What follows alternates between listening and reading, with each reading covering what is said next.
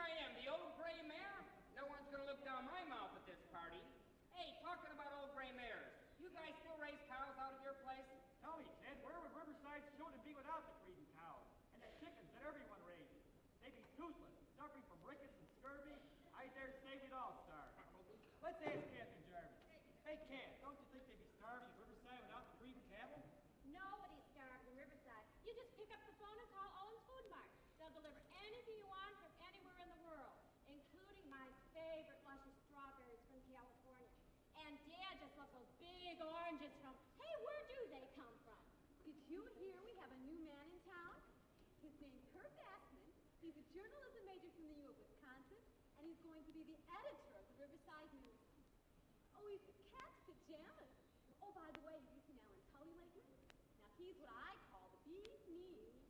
I hear he's driving a stuffed bear cat. Well, stuffed bear cat or not, I'm keeping Mabel away from him. Hey, here comes Seal Elridge. Hi, Seal. What's new in Riverside? The town's growing, so I hardly recognize it.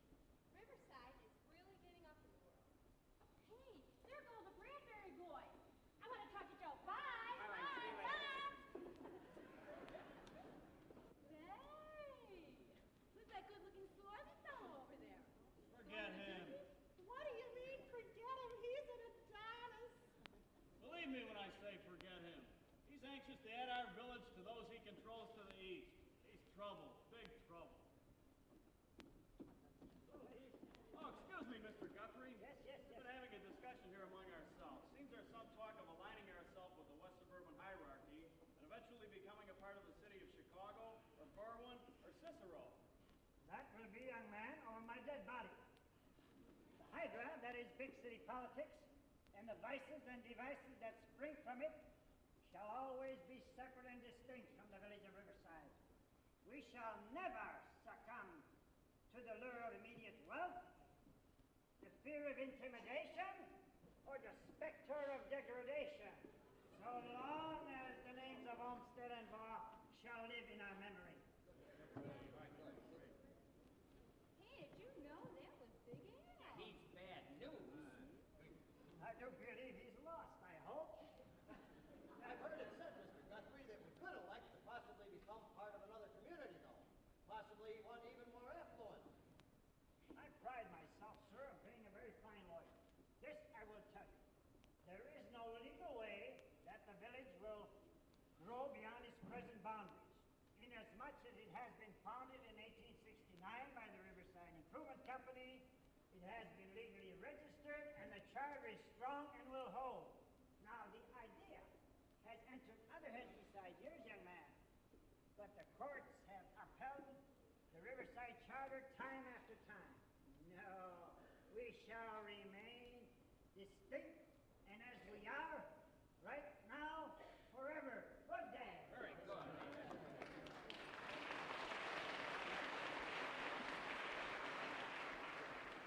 Hey, Ted, did you know your sister got an orchid today directly from Hawaii? Won't mention the young man's name, but there was a note on the box that Schmidts are celebrating another birthday. They each enclosed a rose in honor of the occasion. Yep, still sending flowers to the finest parties in town. But we're not the oldest. Tailors were here plumbing before we got here, and Faulkner's blacksmith shop is now doing double duty, taking care of our 10 Lizzies. Well, I'll bet you kids didn't know something, but my dad was one of the first 26 guys who served with Thomas Edison when he built his first commercial electronic generator. He worked for the Thompson Houston Company in Schenectady, New York, and he started our business in 1899. Would you believe all this talk about business and history is getting pretty tiresome, though? Let's talk about the fun we used to have, like skating on the Des Plaines River, or those wild rides down the toboggan above Swan Pond, or what about those walks through Kimbark Woods? Boy, they sure were fun. But right now, we've got a party to go to. Who's got some hooch? Let's call old Doc Williams for a prescription, and we'll be on our way. Let's go!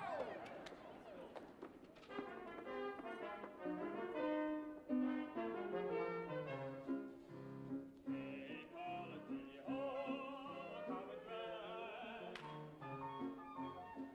There's a sweet bell point me. Though they do the black bottom,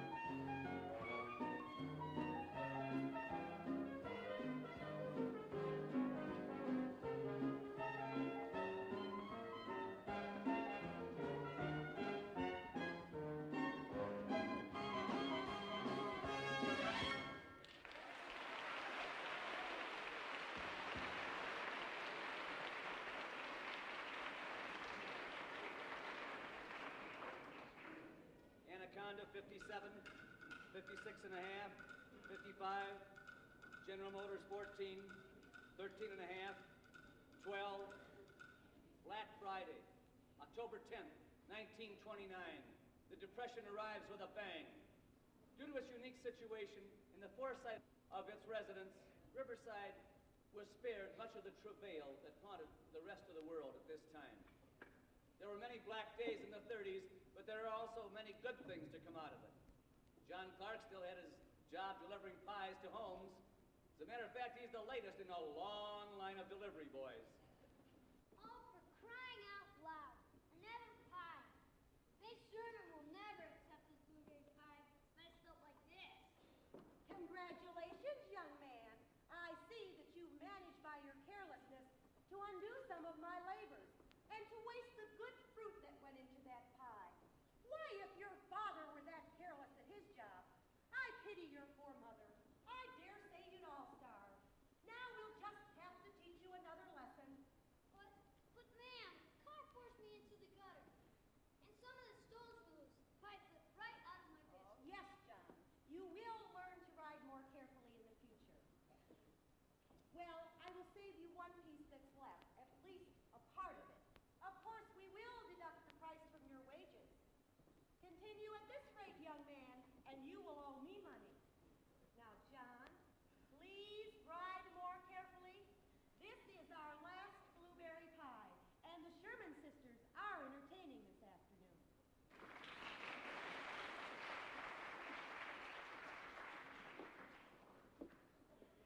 You know, my dear, I've been a teacher since 1902, and seldom have I met a child with more potential than your little girl. She is delightful, does her work so diligently, and you dress her so carefully. Oh, thank you, dearie, but don't breathe a word of this. Would you believe the dress she wore in the play was one I got from a neighbor? I cut it apart and remade it. We must cut corners where we can. My husband's business is fair, but he does have trouble collecting. I suppose the food business is the same. Well, Mr. Owens takes care of the books, but there are times that running a grocery store is a one-track business. All of the money goes out and little comes in. But we in Riverside are most fortunate.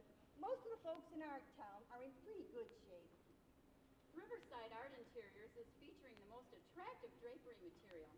Tom Kalish was into my home yesterday to measure the living room. I think I'll have drapes made for both the living room and the dining room. It seems like a good time to have the work done. Well, Mrs. Zeman, you are the clever one. Certainly the price will never be better. How are things on Gage Road? Well, just fine, my dear. The boys are growing, and they do love to eat. By the way, have you been down to Swan Pond lately? I told the boys they must stay away. The men of the WPA are working there, and they are doing a beautiful job. Still, well, boys will be boys. Say, Mr. Owen, what is chicken selling for these days? Well, ma'am, it's 35 cents a pound. Reserved for Sunday dinner in most families. I have some nice red salmon. I'm selling 2 one-pound cans for 39 cents. I have this nice lamb shank. I'll give you the whole shank for 12 cents. Or, if you're looking for something much fancier, I have these nice lamb chops for 12 cents a pound. Well, I suppose we'll have to make do. Send along a quart of milk with the order, a few Idaho potatoes, 6 eating oranges. Oh, you some fresh strawberries? Yes. Well, include 2 boxes, a pound of bacon, a dozen eggs, a loaf of bread. And if the boy can make it this afternoon, I would certainly appreciate it. Sure. Oh, yes, and please charge it. We had a nice doings at the Legion Hall today. We have all this roast beef left over and all this bread. What do you say we take them down to those poor fellows in the tar paper shacks at Wacker in Michigan? They surely could use it. We've done this sort of thing before. And a more orderly group of men you've never seen. The poor fellows line up to receive what we can give them. George, it bothers me to see what's happening to the country. Why, if it weren't for the folks in town buying bonds to pay for the script we're forced to give the teachers, I just don't know. The folks in Riverside are slow in paying their taxes. There isn't any money. We can't do anything without that. One thing we can be proud of, though, our Riverside Bank is strong. One of the few banks still left on its own 2 feet. Good, smart group of men running it. And a good, smart group of depositors who aren't afraid to leave their money in the bank. Right you are, Mrs. Zeman. Well, the Elections being what they are, I'm inclined to think that Franklin Delano will come up with a solution. And it will be, I'm pretty sure, the same solution on an extended basis that Herbert Hoover would have come up with. Hello, Mr. Owen. Mine wants 3 slices of American cheese, 3 slices of boiled ham, cut thin, and a loaf of bread. Can I charge it? Mom doesn't have any money today, but she thinks she'll have some tomorrow. Sure, dear. Here, have a nice piece of bologna. What do you think of the way things are running today? Aw, they should put up that theater in town instead of that old library. I'd rather go to the show. Well, you can see what this town is coming to. Movie house indeed. Why, child, that library will be here longer than any movie theater and will surely raise the standards of youngsters such as you. Yes, ma'am. I don't see how that family gets by. 6 children and the father with the WPA. They're scarcely making ends meet. I've spoken to the ladies in our circle, and we're going to take some food to them tomorrow. Aren't we fortunate they went ahead with the library instead of that movie house? Before long, they'd be putting in pool halls and slot machines. Well, taking the children to Berwyn to the movies is a little inconvenient, but a movie house in Riverside just wouldn't fit in. Maybe we can get the men of the WPA to do something about the bridge over on Berry Point. Actually, that's a federal project, and this is hardly the time to consider spending that money. But with Mr. Roosevelt starting the WPA, the OPA, and the NRA, we should be out of this depression PDQ. Right, you are.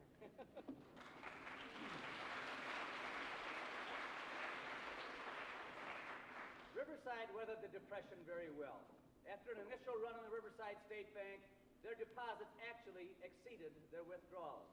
The only time the bank was closed was when Franklin Delano Roosevelt declared a bank moratorium in order to reconstruct the financial system of the United States. Some of the good things that came out of the Depression were the stone and path contouring of Swan Pond, Blythe Park School, and Riverside Brookfield High School, with 950 pupils and 33 faculty members. And so, the 30s found us with fine schools, fine churches, and residents who had been tested and who had stood the test. The Great Depression was to fade with the distant sound of war drums and the advent of World War II. Thor's hammer struck and struck again, and then it struck again. And Riverside, in freedom's name, sent forth her finest men. Then we celebrated the armistice of the war to end all wars. Our faith was strong. We'd fought and won. We called it World War I. Our finest names were listed on that honor roll of fame. Granddaddy fought and father fought, so why not son the same? So when Thor's hammer struck, and when it struck again, the finest families in our town sent out their finest men. They sent forth Bob, and Jim and Joe, and even Dick and Jane, to protect the world in freedom's name, to keep Riverside the same. My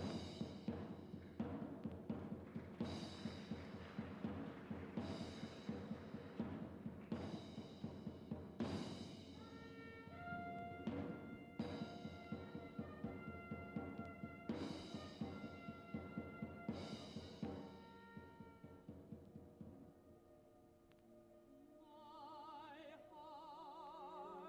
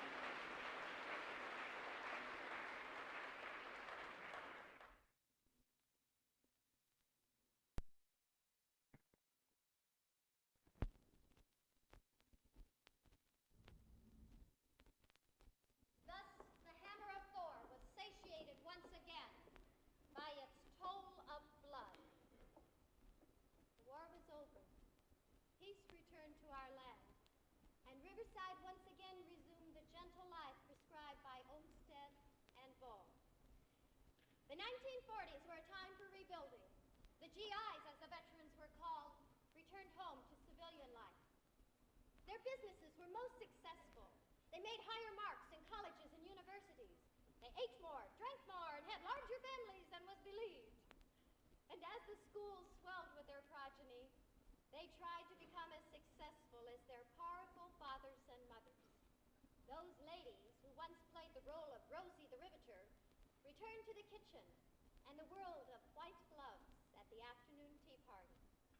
It was a very safe time, Safety Harbor after that terrible trip of the 40s. There seems to be some kind of noise going on. You'll wait just a minute. I'll see what the disturbance is. Good evening, ladies and gentlemen of the television audience. This is John Fremlin Lazy speaking to you from Riverside, Illinois, where there's a controversy raging here in the streets. May I have your name, sir? My name is John Q. Public. I live across the street. And what is your opinion regarding the destruction of the Babson estate, sir? Riverside has no industry, and we support our village largely by ourselves. While a youth center would be nice, and the Babsons are most generous to offer their home as a community center, there are certain tax stipulations which would add a tremendous burden to our already difficult one. Look at my situation. Kids are grown, just my wife and I alone in this huge house. We just cannot support another expense. We're being eaten up by taxes. Well, thank you very much, Mr. Public. How about you, ma'am? Do you have an opinion? I'm Mrs. Public. You know, my husband has complained about taxes, but I'll let you in on a secret. He scoured the suburbs trying to find a place that gives more value for the tax dollars in Riverside. And we always wind up right back here. I'm happy to be here, too. As for the Lewis Sullivan house, it's a shame to tear down this beautiful structure. One of the few Sullivan houses still standing.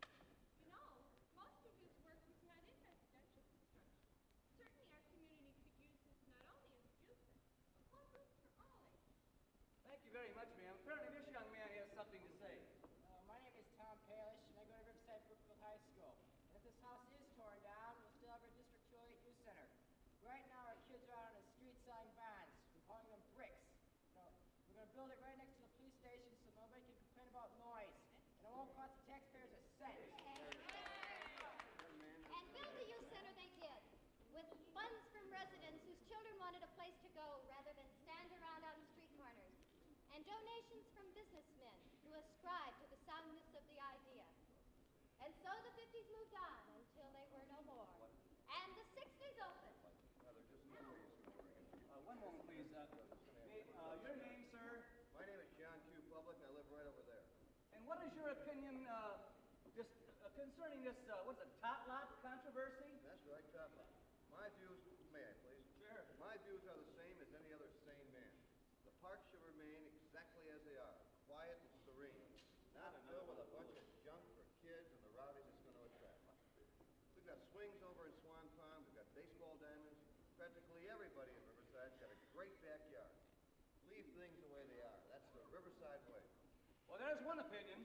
And yours, ma'am? Your name? Thank you, sir. I'm the mother of 4 small children, and I don't have a car.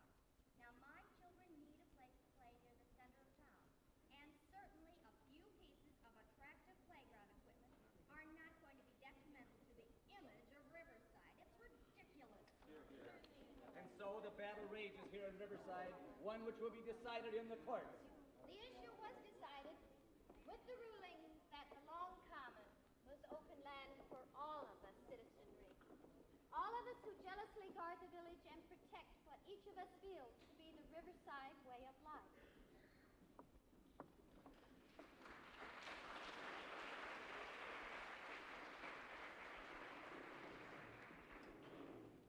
The 70s was hailed as the dawning of Aquarius. There was a fresh wind blowing over Riverside.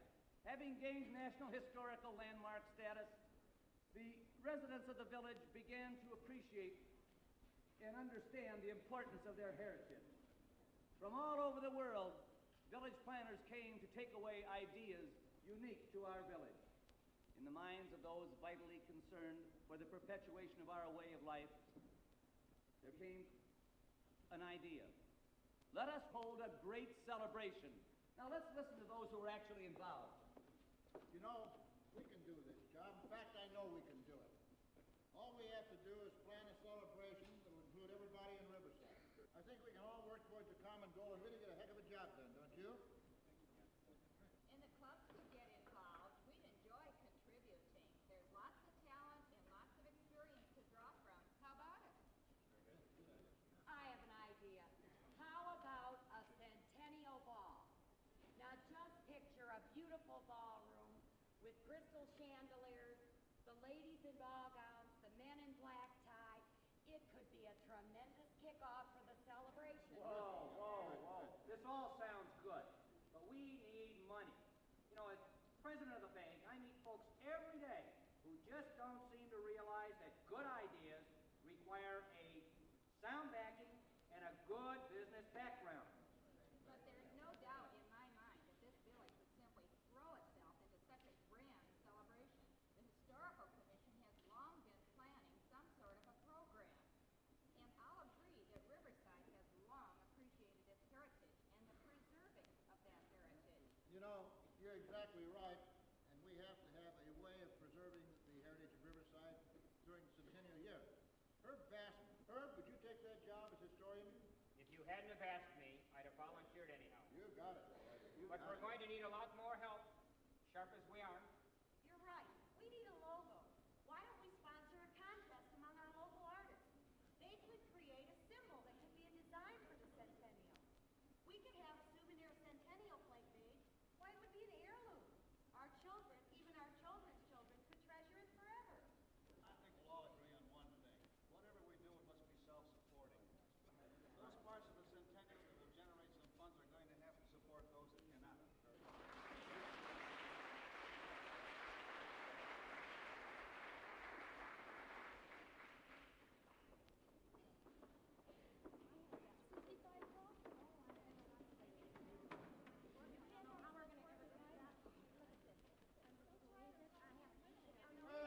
Wait, hold on. Hold it. This is the Tower of Babel. Now, we got to get organized. We're not going to get anywhere, right? What's going on here? Louis, I haven't heard this much activity since the dam went out. Herb, what are you perspiring about? Lou, I'm so glad you got here. We've been having a heck of a time getting organized. You know, Lou, we need a headquarters. Hey, I heard about that problem. I've got just the spot for you if you like it. You know that room in the water tower where the golden ages meet? Right. Well, I'm sure they'll be so busy working on the Centennial that they won't miss it or be inconvenienced for 1 minute. Why don't you think about this and talk to them? That's a great idea, Lou. We could call it Centennial Square. Herb, you got away with words. Centennial Square it is. That's good.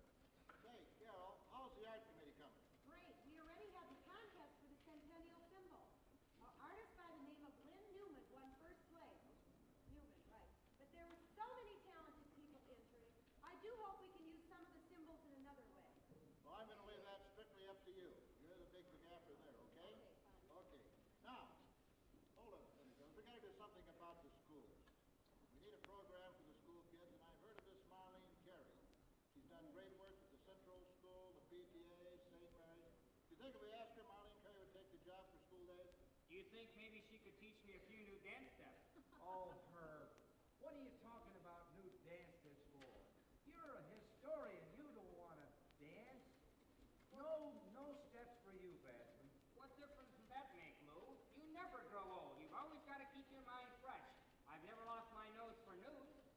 Herb Bassman, you're fresh enough already. Right.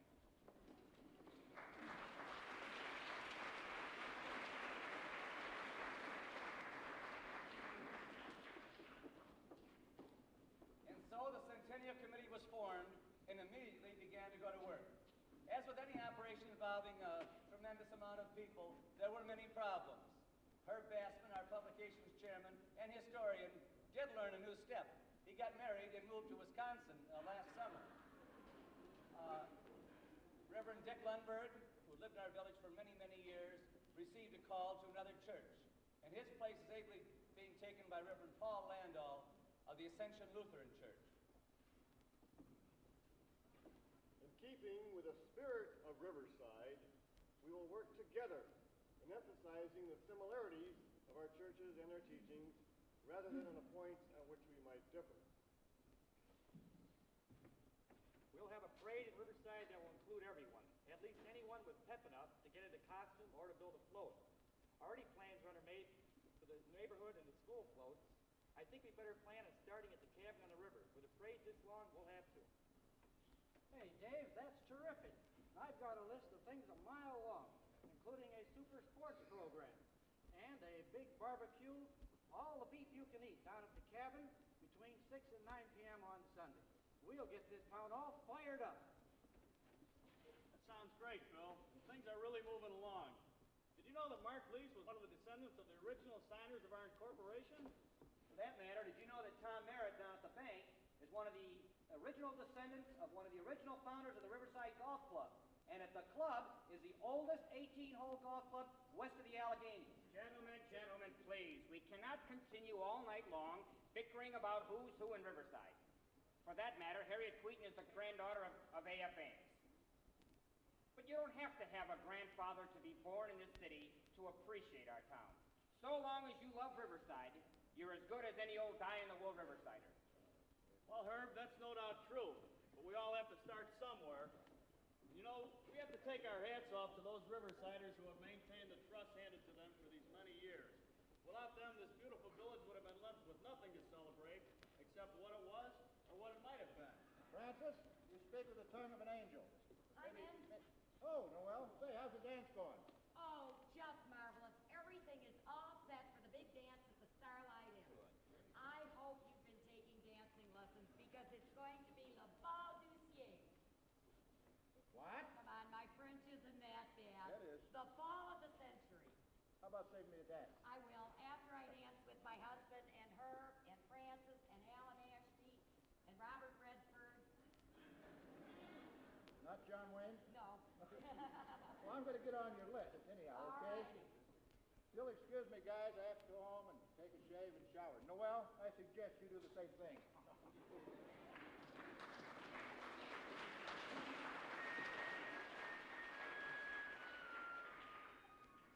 After 100 years, we celebrate our centennial, still loyal to the principles and memory of those who went before and gave us our heritage. Ladies and gentlemen, there's a strange atmospheric pressure closing in on us. I can feel the winds of time carrying us far into the future. Hello, hello, hello, hello. My name's High Trumpet. Actually, my legal name is I.C. Trumpet, but most of my associates like to call me High. Sort of a play on words, you know. What's your name, my good man? Well, how do you do? My name's John Q. Public. Public. Isn't that Bohemian? Well, actually, I don't know. It could be almost anything. Of course, of course. Forgive me for asking. Just making a little conversation. Well, for heaven's sake, what's this? Think nothing of it, friend. Just a bit of my largesse. When folks deal with me, they find that I am a firm friend. After all, my name is High Prophet. Well, sir, I just couldn't accept this at all. Relax, man. There's more where that came from. No kidding? You know, you got a nice village here, but I can see an awful waste of space. Waste of space? What do you mean? Actually, it's almost criminal, this waste of space. Criminal? I don't know, what are you talking about? Why, with the railroad running through this village and the parkways and the trees, it's a crime you don't share this with others. You know you could make a tidy profit if you go along with my proposal. What do you got on your mind? I'm an old hand at this, John. You don't mind if I call you John, do you? I propose a more economical use of this land. I propose to build some beautiful high-rises to accommodate many more of our burgeoning civilization. You know, you ought to really share this garden, this park with others, you know. Well, I suppose I am a little selfish. But, you know, this village and a park just won't be the same place if we build high-rise apartments and things like that. Well, what about the children? I have never considered children a high-profit item. Have you ever seen the fight those kids take out of the tax dollar for their education? Oh, naturally, I assume you're worried about your children. But I can assure you, sir, your children will be almost grown before you see any really big changes around here. You know, children don't do too well playing in elevators. They're too inquisitive. And they certainly make too much noise for the type of clientele we want to attract. You know, you could buy yourself a nice new spot, much larger than you have here, with the profits from the sale of your property. Well, what about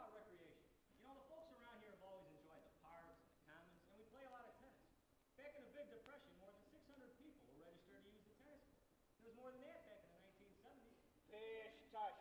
That's nothing. We'll bring in spectator sports. I propose to build a big, beautiful coliseum right over there in the grounds of the Riverside Golf Club. You know, there's big money in spectator sports. To say nothing of the parking facilities, we'll make a buck or two there. Then the town can impose a head tax. And man, the concessions. You've got to excuse me, John. I get awfully excited when I contemplate the good things I have in store for a village such as yours. Well, how about the parks? Well, we'll leave them at least for a little while. With the river running there and the parkways and the trees. Say, listen, have you ever seen my Gold Coast on the lake in Chicago? Or have you ever been to Hawaii and seen my spectacular Waikiki Beach? I'm doing very well in several of the formerly secluded spots in the country.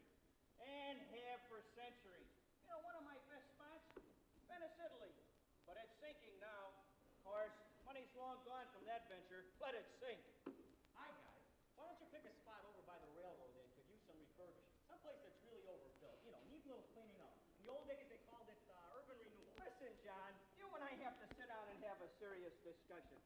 Can you imagine selling a plush high-rise in beautiful Slumsville with a great view of a pile of old tires? Well, I can understand how a green, open village like Riverside would attract a good many more buyers and renters. But what do we do about the traffic problem, for example? What about police protection, fire protection? Up to now, we've lived pretty simple. John, what's the shortest distance between 2 points? Right, a straight line. Naturally, I can see we have a very serious problem here with these narrow, winding streets. Awful. We'll incorporate a system whereby traffic moves swiftly. And we'll increase the speed limit too. Don't worry about the parking. Each building will carry 4 or 5 floors of parking facilities, and we'll make a buck or two there. Naturally, we'll increase the police department to about 200.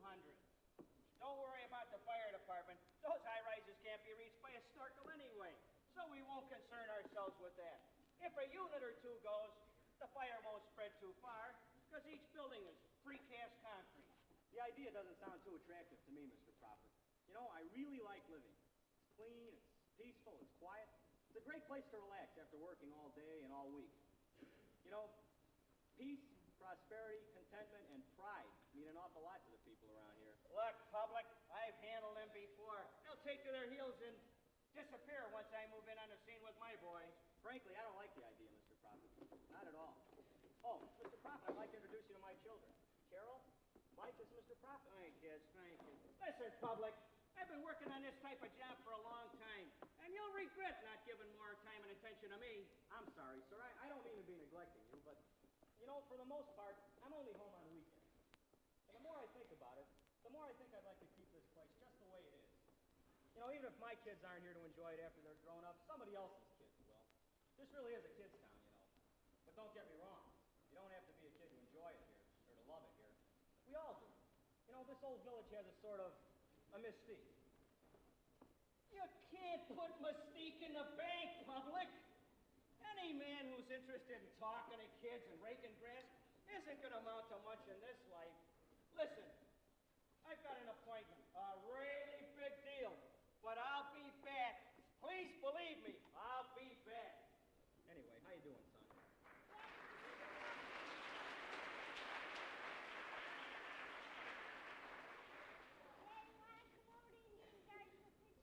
Good. I wouldn't miss that. Hey, Daddy, my bike has a flat tire. Would you show me how to fix it before I go I think so, but maybe your brother can help you. Can I show you, Mom? Come on, I'll show you. Now, that's a good idea. You know, hon, I don't think I'd trade our life here in Riverside for all the fortunes in the world.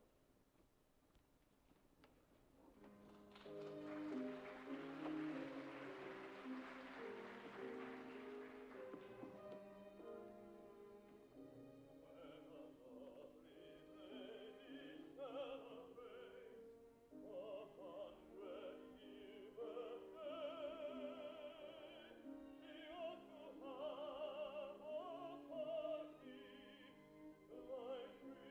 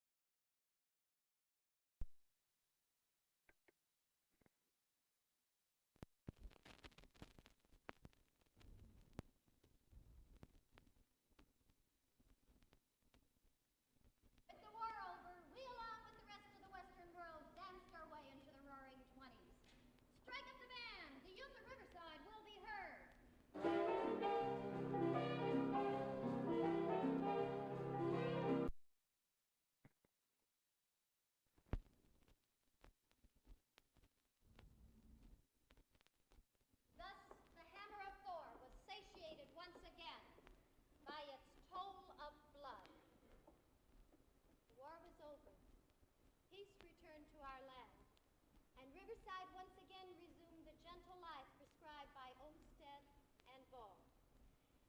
The 1940s were a time for rebuilding. The GIs, as the veterans were called, returned home to civilian life. Their businesses were most successful. They made higher marks in colleges and universities.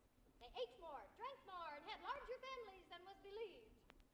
And as the schools swelled with their progeny, they tried to become as successful as their powerful fathers and mothers. Those ladies who once played the role of Rosie the Riveter returned to the kitchen and the world of white gloves at the afternoon tea party. It was a very safe time, Safety Harbor after that terrible trip of the 40s.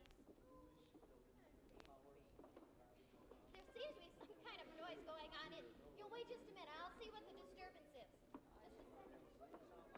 Good evening, ladies and gentlemen of the television audience. This is John Fremlin Lazy speaking to you from Riverside, Illinois, where there's a controversy raging here in the street. May I have your name, sir? My name is John Q. Public. I live across the street. And what is your opinion regarding the destruction of the Babson estate, sir? Riverside has no industry, and we support our village largely by ourselves. While a youth center would be nice, and the Babsons are most generous to offer their home as a community center, there are certain tax stipulations which would add a tremendous burden to our already difficult one. Look at my situation. Kids are grown, just my wife and I alone in this huge house. We just cannot support another expense. We're being eaten up by taxes. Well, thank you very much, Mr. Public. How about you, ma'am? Do you have an opinion? I'm Mrs. Public. You know, my husband has complained about taxes, but I'll let you in on a secret. He scoured the suburbs trying to find a place that gives more value for the tax dollars than Riverside. And we always wind up right back here. And happy to be here, too. As for the little Sullivan house, it's a shame to tear down this beautiful structure. One of the few Sullivan houses still standing. You know, most of his work was not in residential construction. Certainly our community could use this not only as a youth center, but homes for all ages. Thank you very much, ma'am. Apparently this young man has something to say. My name is Tom Palish, and I go to Riverside Brookfield High School. And if this house is torn down, we'll still have our District 208 Youth Center. Right now, our kids are out on the street selling bonds. We're calling them bricks. You know, we're going to build it right next to the police station so nobody can complain about noise. And it won't cost the taxpayers a cent. And build the youth center they did, with funds from residents whose children wanted a place to go rather than stand around on street corners, and donations from businessmen who ascribed to the soundness of the idea. And so the 50s moved on until they were no more. And the 60s opened. One moment, please. Your name, sir? My name is John Q. Public. I live right over there. And what is your opinion concerning this, what's it, tot lot controversy? That's right, top lot. My views, may I please? Sure. My views are the same as any other sane man. The parks should remain exactly as they are, quiet and serene, not filled with a bunch of junk for kids and the rowdies it's going to attract. We've got swings over in Swan Pond, we've got baseball diamonds. Practically everybody in Riverside's got a great backyard. Leave things the way they are. That's the Riverside way. Well, there's one opinion. And yours, ma'am? Your name? Thank you, sir. I'm the mother of 4 small children, and I don't have a car. Now, my children need a place to play near the center of town, and certainly a few pieces of attractive playground equipment are not going to be detrimental to the image of Riverside. It's ridiculous. And so the battle rages here in Riverside, one which will be decided in the courts. The issue was decided with the ruling that the Long Common was open land for all of us citizenry. All of us who jealously guard the village and protect what each of us feels to be the Riverside way of life.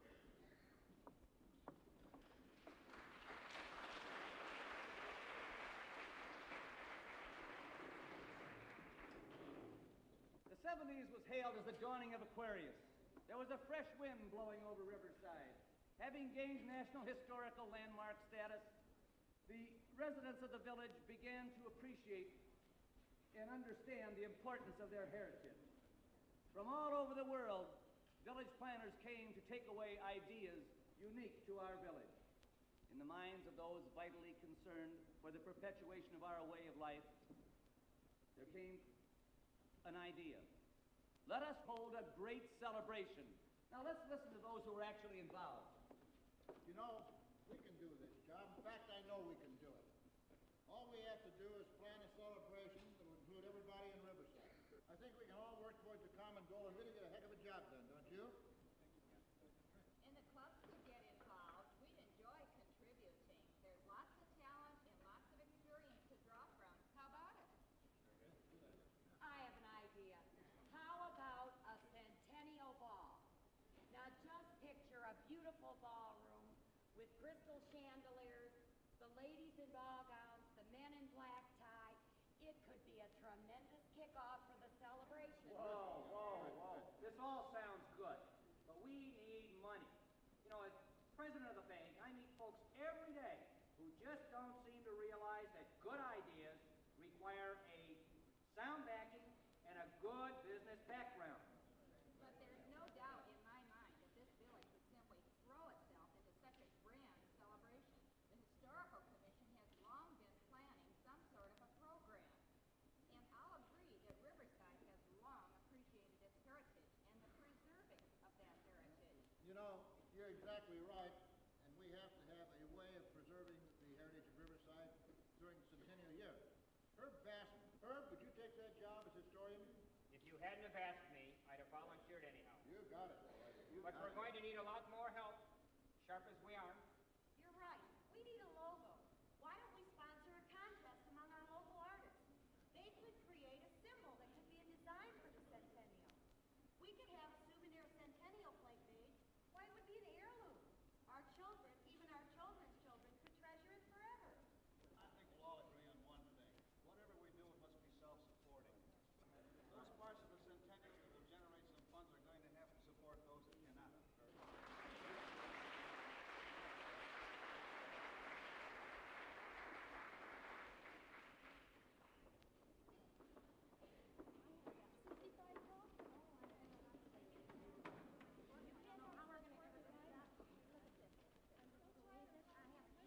Hey, hold on. Hold it. This is the Tower of Babel.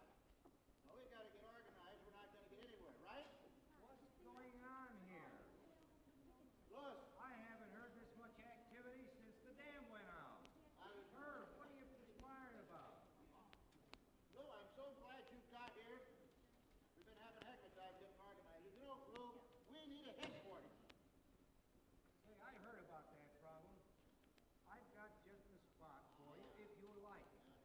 You know that room in the water tower where the golden ages meet? Right.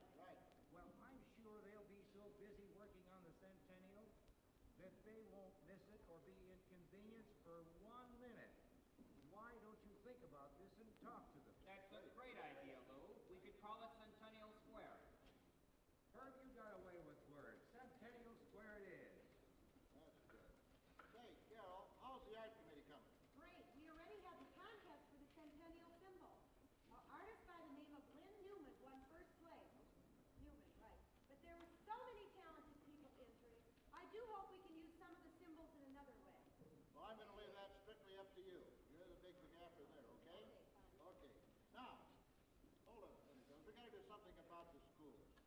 We need a program for the school kids, and I've heard of this Marlene Carey. She's done great work at the Central School, the PTA, St. Mary's. Do you think if we asked her, Marlene Carey would take the job for school days? Do you think maybe she could teach me a few new dance steps? Oh, Herb, what are you talking about new dances for? You're a historian. You don't want to dance. No steps for you, Bassman. What difference does that make, Lou? You never grow old. You've always got to keep your mind fresh. I've never lost my nose for news. Herb Bassman, you're fresh enough already. Right.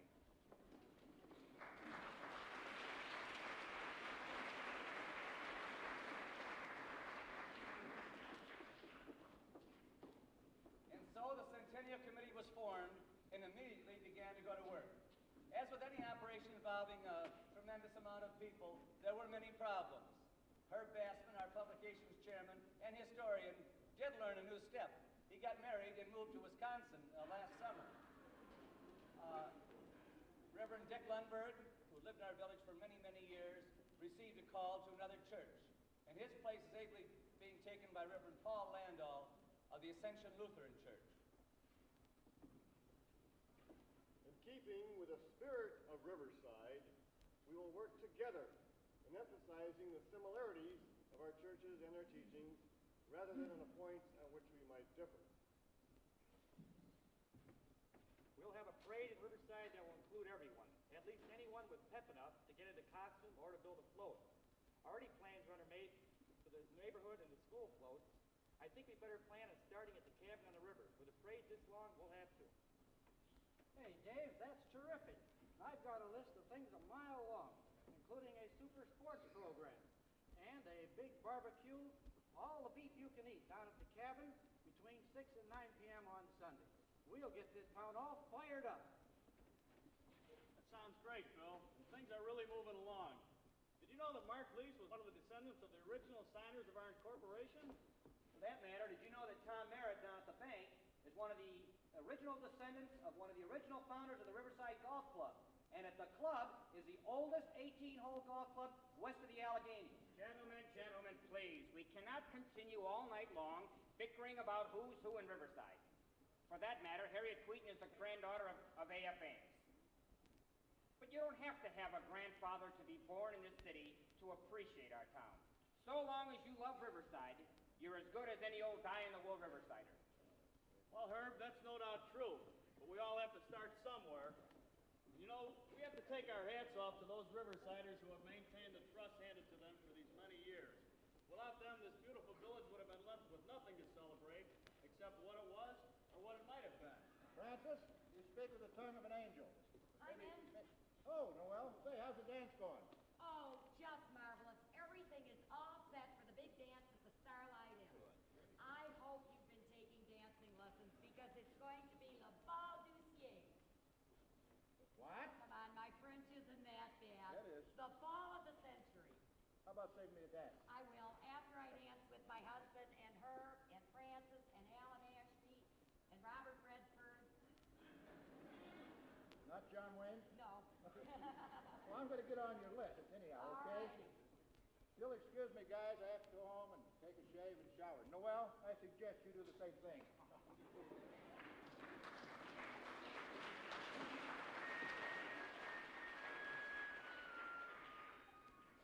After 100 years, we celebrate our centennial, still loyal to the principles and memory of those who went before and gave us our heritage. Ladies and gentlemen, there's a strange atmospheric pressure closing in on us. I can feel the winds of time carrying us far into the future. Hello. My name's High Prophet. Actually, my legal name is I.C. Prophet, but most of my associates like to call me High. Sort of a play on words, you know. What's your name, my good man? Well, how do you do? My name's John Q. Public. Public. Isn't that Bohemian? Well, actually, I don't know. It could be almost anything. Of course. Forgive me for asking. Just making a little conversation. Well, for heaven's sake, what's this? Think nothing of it, friend. Just a bit of my largesse. When folks deal with me, they find that I am a firm friend. After all, my name is High Prophet. Well, sir, I just couldn't accept this at all. Relax, man. There's more where that came from. No kidding? You know, you got a nice village here, but I can see an awful waste of space. Waste of space? What do you mean? Actually, it's almost criminal, this waste of space. Criminal? I don't know what are you talking about? Why, with the railroad running through this village and the parkways and the trees, it's a crime you don't share this with others. You know you could make a tidy profit if you go along with my proposal. What do you got on your mind? I'm an old hand at this, John. You don't mind if I call you John, do you? I propose a more economical use of this land. I propose to build some beautiful high-rises to accommodate many more of our burgeoning civilization. You know, you ought to really share this garden, this park with others, you know. Well, I suppose I am a little selfish. But, you know, this village and a park just won't be the same place if we build high-rise apartments and things like that. Well, what about the children? I have never considered children a high-profit item. Have you ever seen the fight those kids take out of the tax dollar for their education? Oh, naturally, I assume you're worried about your children. But I can assure you, sir, your children will be almost grown before you see any really big changes around here. You know, children don't do too well playing in elevators. They're too inquisitive. And they certainly make too much noise for the type of clientele we want to attract. You know, you could buy yourself a nice new spot, much larger than you have here, with the profits from the sale of your property. Well, what about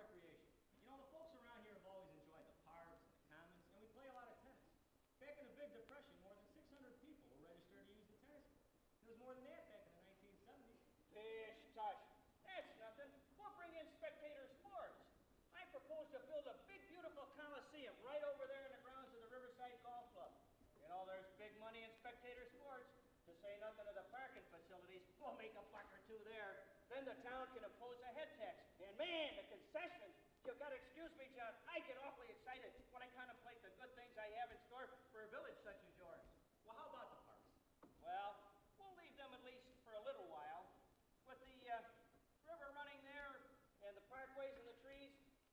Say, listen, have you ever seen my old post on the lake in Chicago? Or have you ever been to Hawaii and seen my spectacular Waikiki Beach? I'm doing very well in several of the formerly secluded spots in the country, and have for centuries. You know, one of my best spots? Venice, Italy. But it's sinking now. Of course, money's long gone from that venture. Let it sink. I got it. Why don't you pick a spot over by the railroad that could use some refurbishment? Someplace that's really overbuilt. You know, needs a little cleaning up. In the old days, they called it urban renewal. Listen, John, you and I have to sit down and have a serious discussion. Can you imagine selling a plush high-rise in beautiful Slumsville with a great view of a pile of old tires? Well, I can understand how a green, open village like Riverside would attract a good many more buyers and renters. But what do we do about the traffic problem, for example? What about police protection, fire protection? Up to now, we've lived pretty simple. John, what's the shortest distance between 2 points? Right, a straight line. Naturally, I can see we have a very serious problem here with these narrow, winding streets. Awful. We'll incorporate a system whereby traffic moves swiftly.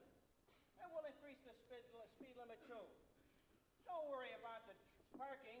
Each building will carry 4 or 5 floors of parking facilities, and we'll make a buck or two there. Naturally, we'll increase the police department to about 200.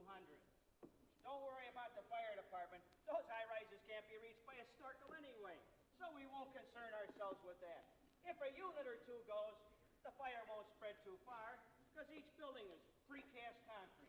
The idea doesn't sound too attractive to me, Mr. Prophet. You know, I really like living. It's clean, it's peaceful, it's quiet. It's a great place to relax after working all day and all week. You know, peace, prosperity, contentment, and pride mean an awful lot to the people around here. Look, public, I've handled them before. They'll take to their heels and disappear once I move in on the scene with my boys. Frankly, I don't like the idea, Mr. Prophet. Not at all. Oh, Mr. Prophet, I'd like to introduce you to my children. Carol, Mike, this is Mr. Prophet. Thank you, thank you. Listen, public, I've been working on this type of job for a long time, and you'll regret not giving more time and attention to me. I'm sorry, sir. I don't mean to be neglecting you, but, you know, for the most part, I'm only home on weekends. And the more I think about it, the more I think I'd like to keep this place just the way it is. You know, even if my kids aren't here to enjoy it after they're grown up, somebody else's kids will. This really is a kid's town, you know. But don't get me wrong. You don't have to be a kid to enjoy it here, or to love it here. We all do. You know, this old village has a sort of a mystique. You can't put mystique in the bank, public. Any man who's interested in talking to kids and raking grass isn't going to amount to much in this life. Listen, I've got an appointment, a really big deal, but I'll be back. Please believe me, I'll be back. Anyway, how you doing, son?